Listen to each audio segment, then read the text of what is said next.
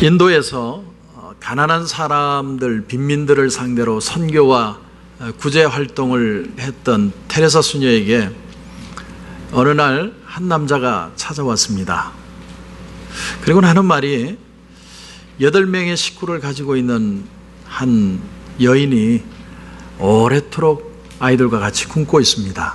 좀 도와주실 수 있겠습니까? 테레사 수녀가 음식을 싸들고 그 움막을 찾아갔습니다.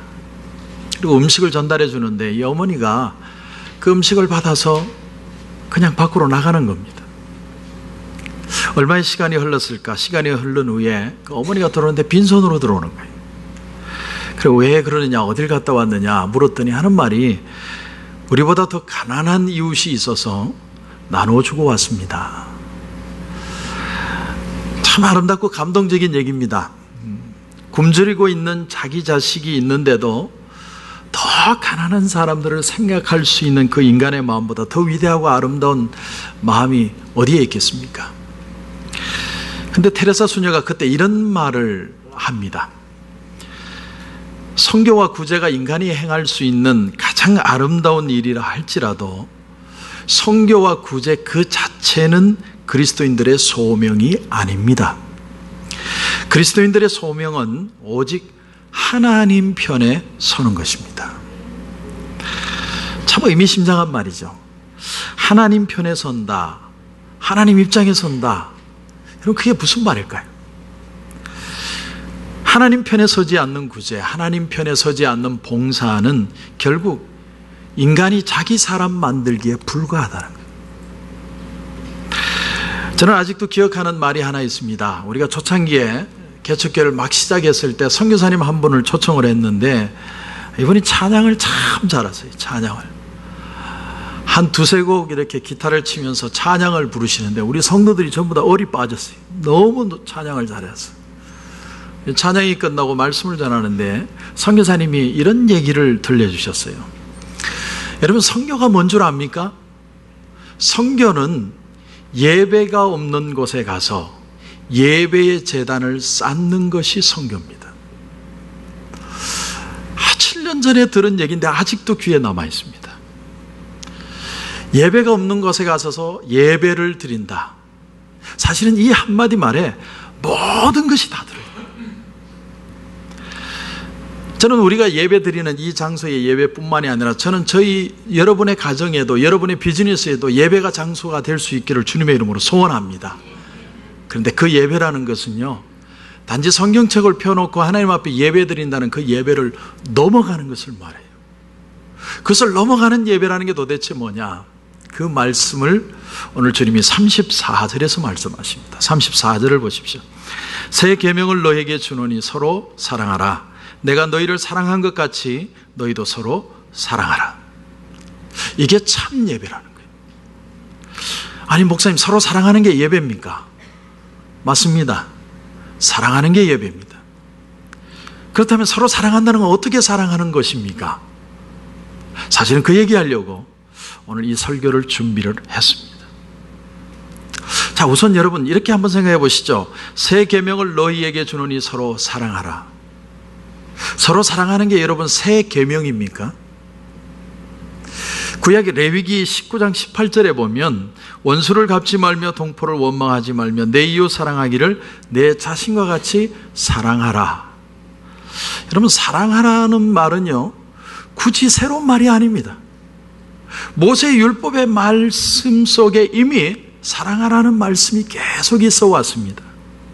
마치 구약에는 사랑은 없고 정의만 있다가 신약에 와서 예수님이 새로운 사랑을 선포하시는 것처럼 느껴지지만 여러분, 사실 십계명의 정신도 사랑의 정신입니다.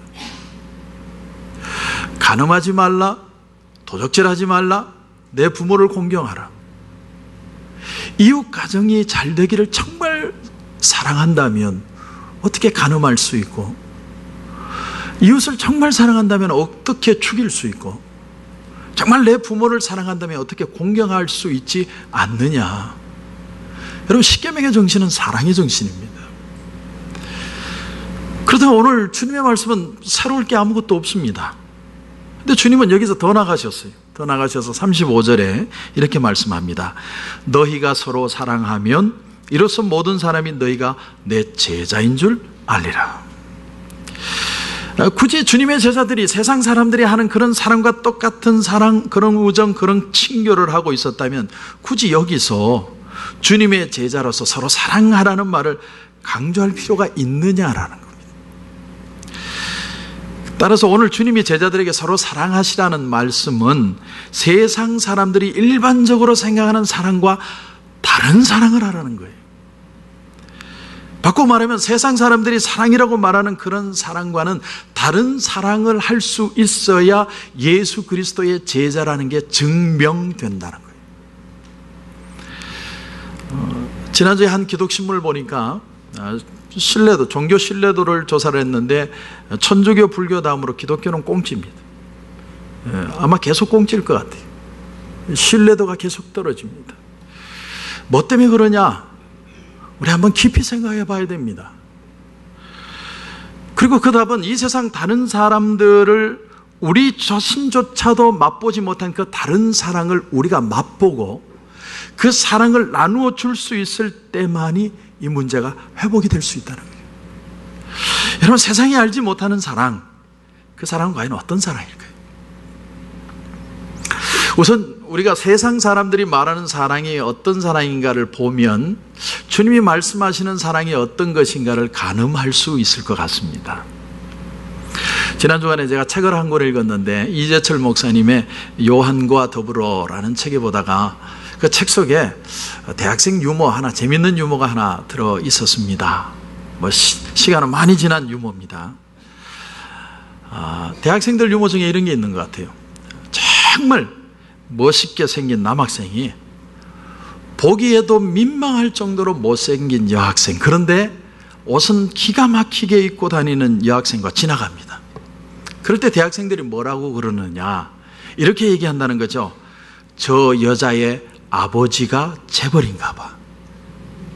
그렇지 않고는 저렇게 잘생긴 남자가 저런 여자를 데리고 다닐 리가 없다는 거죠.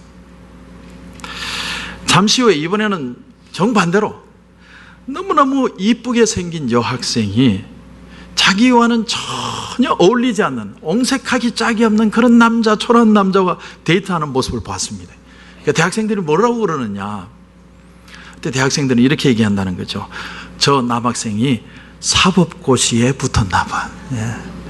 그러지 않고는 그렇게 이쁜 여자가 그런 남자하고 다닐 리가 없다는 거죠. 마지막이 뭐냐면 너무 못생긴 남자가 지지리도 못난 여자와 데이트를 하면서 지나갑니다. 그때 대학생들이 뭐라고 얘기하느냐, 그때 하는 말이 이런 말이라는 거죠. 얘들아, 쟤들 정말 사랑하는가 봐. 정말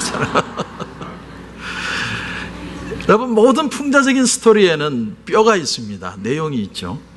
이 우스갯소리가 우리에게 말하는 진실이 뭘까요? 정말 오늘 이 시대의 사랑의 기준은 어떤 것이라는 걸 우리에게 말해줍니까?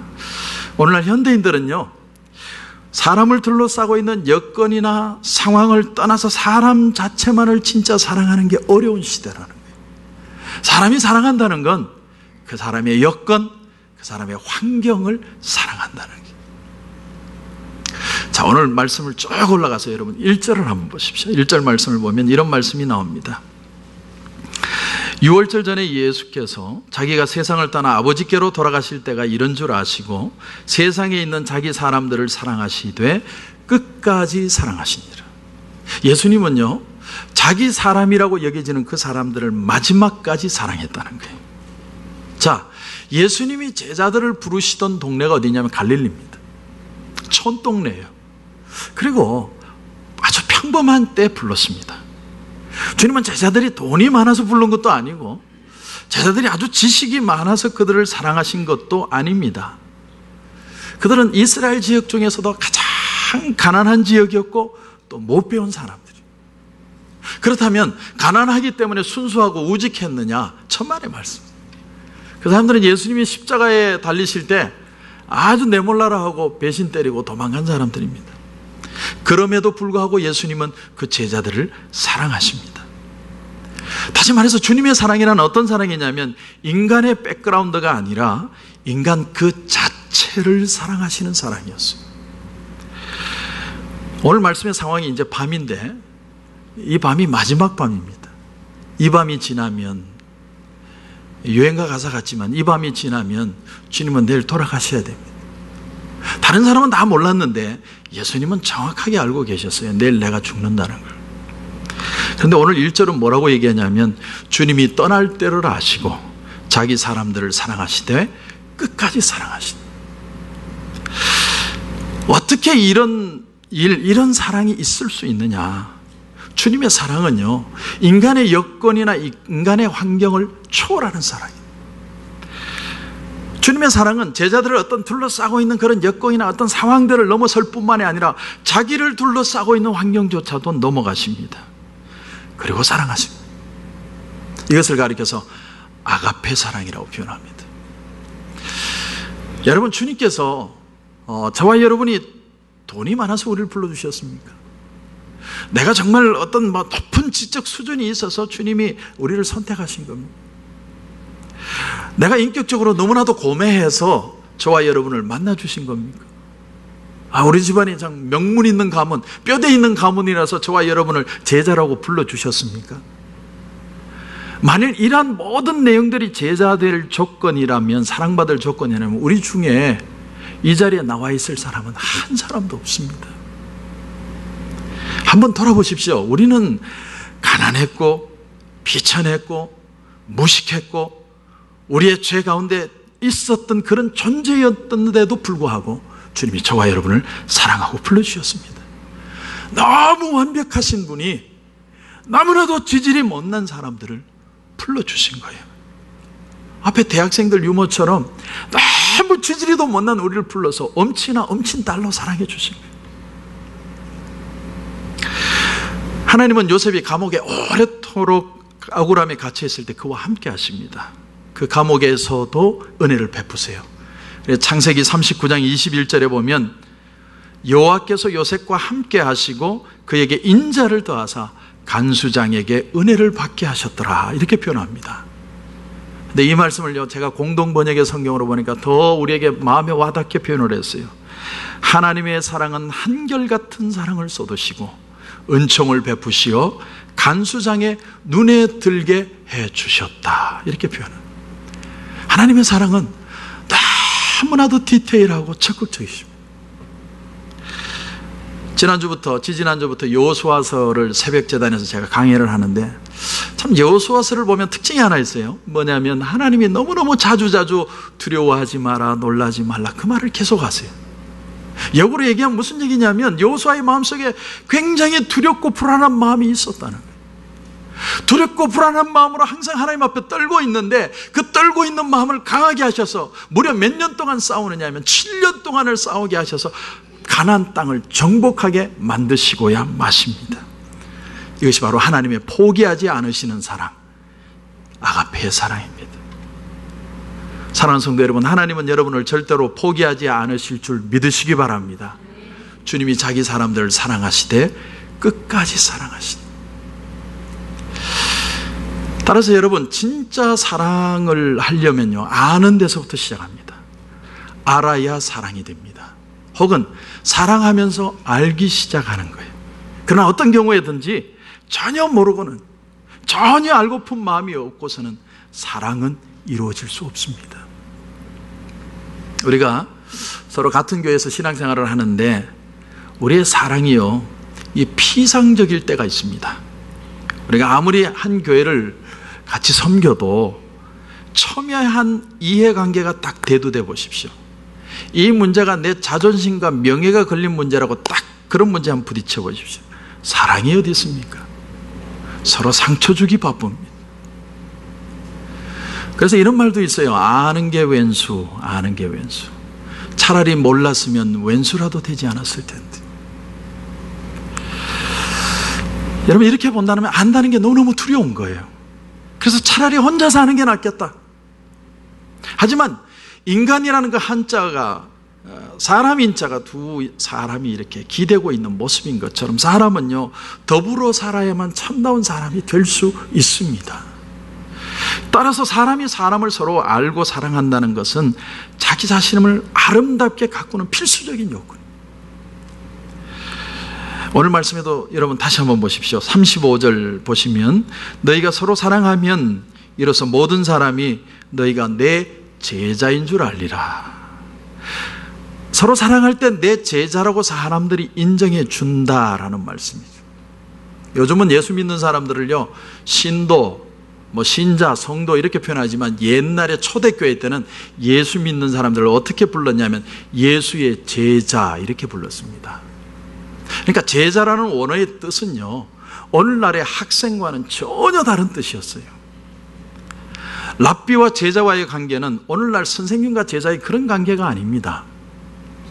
오늘날은 수학을 배우면요, 아이들은 수학만 배워요. 선생님의 어떤 인격이나 그의 삶이나 그의 인품을 배우는 게 아니에요. 수학을 잘 가르치면 좋은 선생이고 못 가르치면 못난 선생이에요. 배우면 끝나요. 그런데 랍비와 제자와의 관계는 독본이 따로 없습니다. 참고서가 따로 없어요.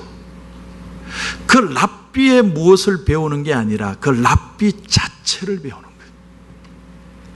거예요. 랍비의 인격, 랍비의 성품, 지식, 신앙, 기타 등등, 그냥 전체를 본받고 담는 것을 제자라고 그러는 거예요.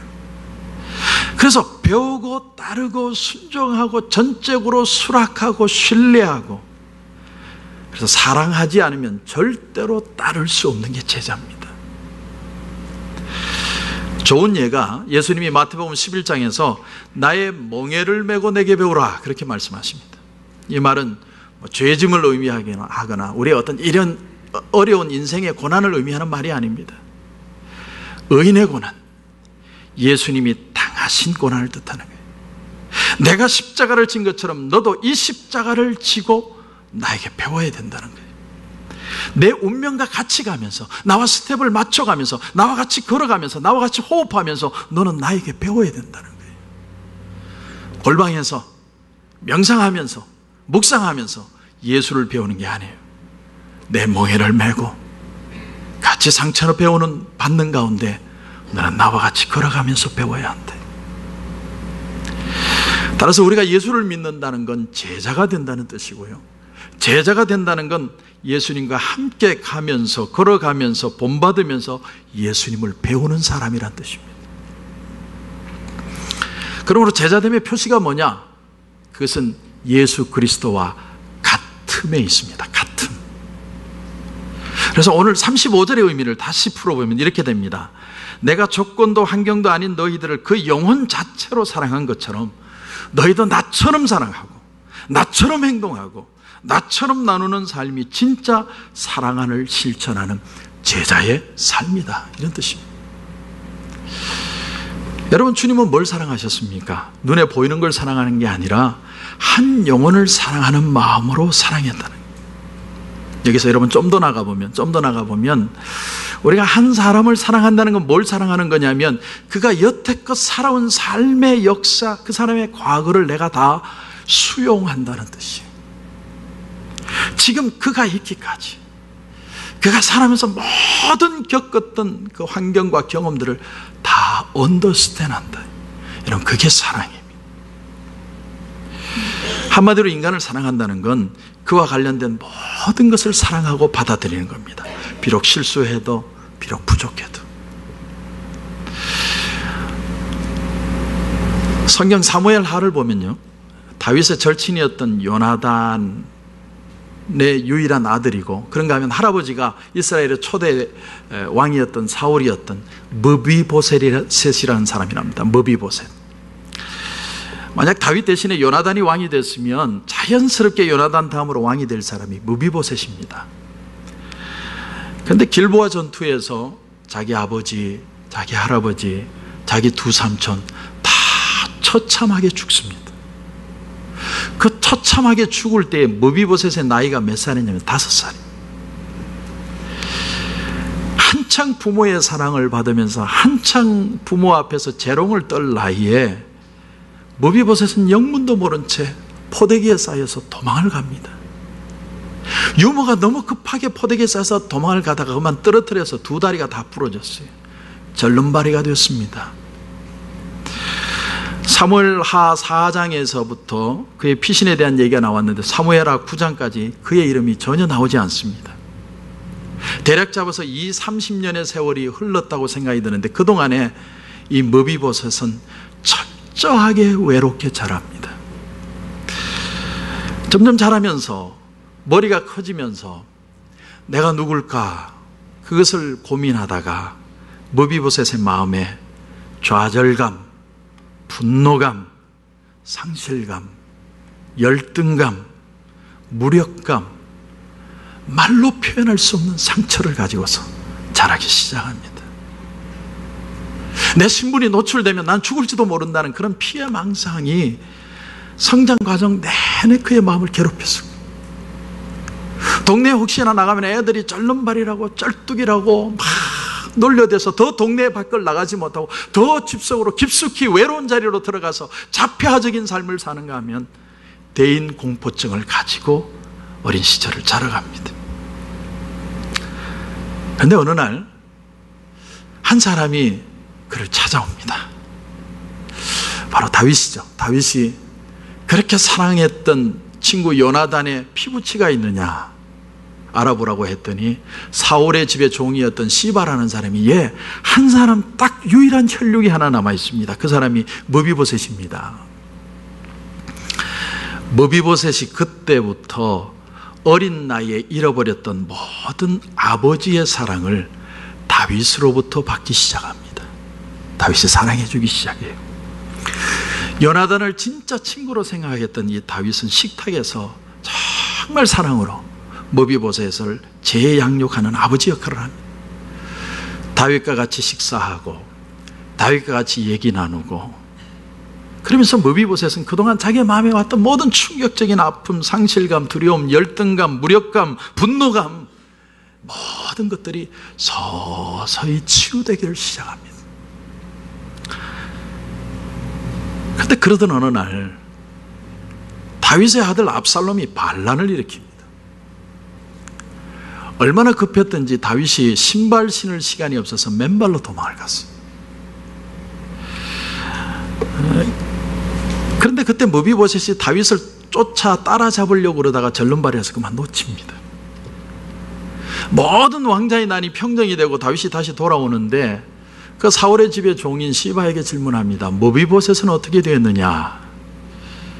그때 시바가 뭘 하냐면 모함을 해요. 모함. 자기 주인을 모함해요. 모략합니다. 압살롬이 일으킨 그 반란을 통해서 자기 아버지 잃어버렸던 그 왕권을 쟁취하려고 머비보셋이 예루살렘에 머물렀습니다. 다윗이 엄청나게 열받았습니다. 너무너무 화가 나요. 내가 너에게 해준 게 얼만데, 내가 그동안 너를 어떻게 대해줬는데 네가 나한테 이럴 수 있느냐. 다윗이 머비보셋을 부릅니다. 하는 말이 너 왜 나를 따라 나서지 않았느냐? 너 혹시 다른 꿍꿍이가 있었지 않았느냐? 다윗의 말은 아주 차가웠어요. 너무나도 차가워. 근데 그때 머비보셋이 뭐라고 그러냐면 아닙니다, 아닙니다, 왕이시여. 나는 원래 절름발이라 내가 왕을 따라잡으려고 그러는데 내 시종이 먼저 도망가는 바람에 내가 왕을 쫓아가지 못했지만 왕이 다시 돌아올 때까지 내가 한 번도 발에 맵실을 내지 않았고 내가 수염도 안 깎고 옷도 안 빨고 당신이 오시기만을 기다렸습니다. 그런데 성경을 보면요, 다윗이 분노가 안 풀렸어요. 안 풀려요. 그래서 뭐라고 그랬냐면 네 재산을 시바와 반으로 나누라. 철저하게 재산을 나누라. 분리하라는 거죠. 근데 그때 머비보셋이 대답을 하는데 잘 들어보십시오. 왕이시여, 내 거 다 줘도 괜찮습니다. 왕이시여, 그러나 저는 당신의 사랑을 잊지 못합니다. 머비보셋의 마음이 치유가 된 거예요. 다윗이 그때 어떤 마음이었는지 성경은 함구합니다. 아무 말이 없어요. 세월이 흘러갑니다. 몇 년이 흘렀을까요? 이스라엘에 큰 기근이 찾아왔습니다.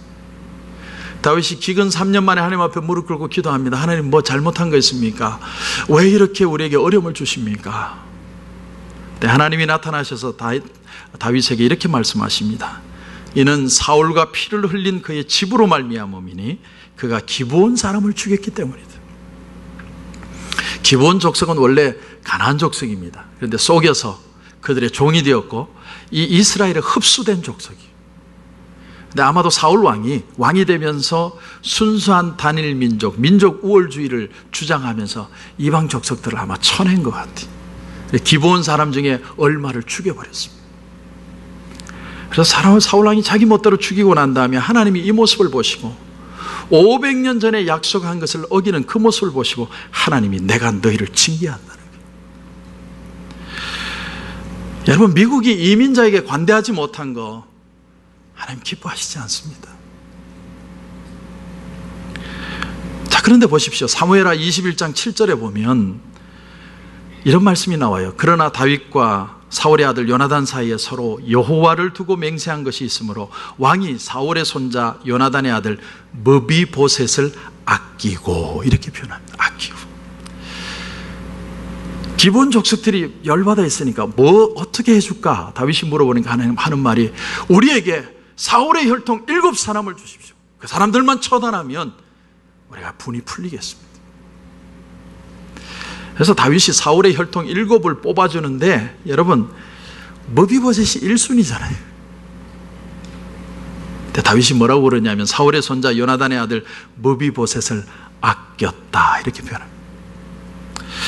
성경에 직접적으로 표현하지는 않지만 다윗은 다시 그를 아들로 받아들인 거예요.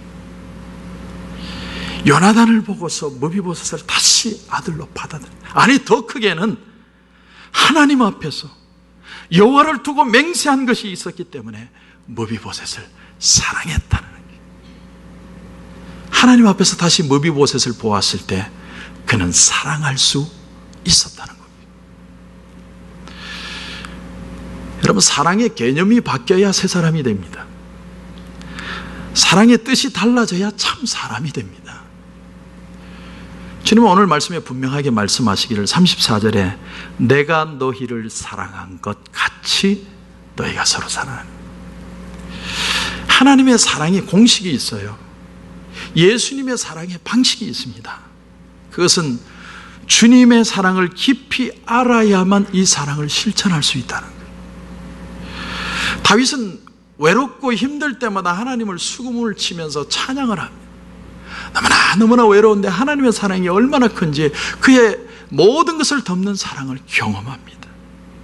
그래서 다윗은 모든 분노를 하나님의 사랑 안에서 다시 머비보셋을 바라볼 수 있게 됩니다. 똑같이 머비보셋도 마음이 완전히 치유가 돼요.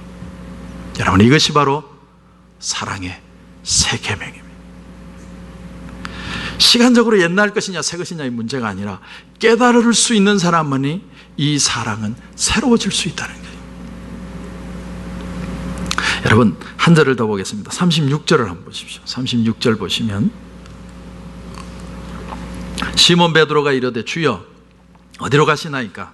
예수께서 대답하시되 내가 가는 곳에 네가 지금은 따라올 수 없으나 후에는 따라오리라. 주님이 자꾸 떠난다고 그러니까 베드로가 그러는 거야. 자꾸 주님 어디 가려고 그러십니까? 주님이 죽는다 할지라도 난 따라갈 겁니다. 그때 주님이 아주 묘한 말씀을 하십니다. 무슨 말씀을 하시냐면 지금은 네가 따라올 수 없지만 후에는 따라올 것이다. 여러분, 지금은 언제고 후는 언제입니까? 지금은요, 인간 생명 그 자체를 사랑하지 못하는 때가 지금이에요. 후는 언제냐? 생명 그 자체의 의미와 가치에 눈을 뜰 때는 네가 내가 십자가를 진 것처럼 너도 십자가를 지고 그 사랑을 실천할 수 있게 될 것이다. 여러분, 주님이 주신 새 계명으로서 서로 사랑하라는 말은 여태껏 내가 한숨 짓고 섭섭해야 했던 그런 사랑이 아니라 아가페의 사랑, 한 영혼을 바라보고 사랑할 수 있는 그 사랑으로 사랑하라는 거예요. 우리가 인간 생명 그 자체를 사랑하는 마음으로 사랑할 수 있다면 세상 사람들이 우리를 보고 저들은 예수 그리스도의 제자라고 말하게 될 것이라는 겁니다. 다윗처럼 하나님을 바라보고 예수의 십자가를 바라보십시오. 여러분, 그 사랑에 먼저 눈을 뜨셔야 돼요. 그리고 그 받은 사랑을 실천하며 사는 겁니다.